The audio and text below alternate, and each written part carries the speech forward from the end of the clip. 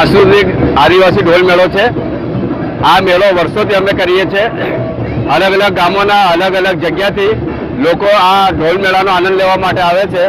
અમારી સંસ્કૃતિને કલ્ચરને બચાવવા માટે અમે આ પ્રયત્ન કરીએ છીએ। પહેલો બીજો ત્રીજો નંબર એમ કરીને બહુ આકર્ષક ઇનામો અમે જાહેર કરીએ છીએ અને જેટલા બી ઢોલ આવે છે બધા ઢોલને અમે પ્રોત્સાહિત ઇનામ પણ આપીએ છીએ। અને આ ઢોલ મેળાનો એક જ મકસદ છે કે અમારો સમાજ એક થાય। ડીજે દારૂ અને દહેજની જે પ્રથા છે એના દૂષણમાં બી અમે કામ કરીએ છીએ। એના માટે બી અમે સાથે કામ કરી રહ્યા છીએ અને એ વસ્તુ સાથે રાખીને સમાજને આજે ભેગો કર્યો છે અને સમાજ આજે અહીંયા ભેગો થયો છે અને ઢોલ મારફતે અમે એક સંદેશ આપીએ છીએ કે આદિવાસી સમાજ એક છે।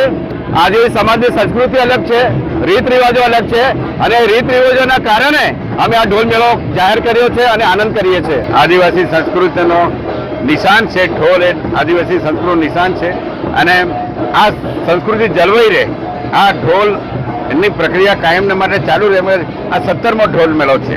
ફક્ત ને ફક્ત આદિવાસી સંસ્કૃતિ લુપ્ત નહીં થઈ જાય, કારણ કે પહેલાના જમાનામાં વાંસળી વગાડતા હતા, બાવા વગાડતા હતા, એ બધું ભૂસાઈ ગયું।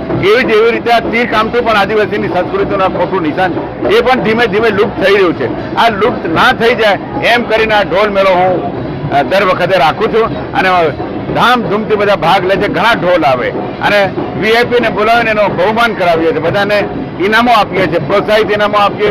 જે ઢોલ સારા વાગે એને વધારે ઇનામો આપીએ। આની પાછળનો ઉદ્દેશ ફક્ત ને ફક્ત સંસ્કૃતિ બચાવવા માટેનો છે।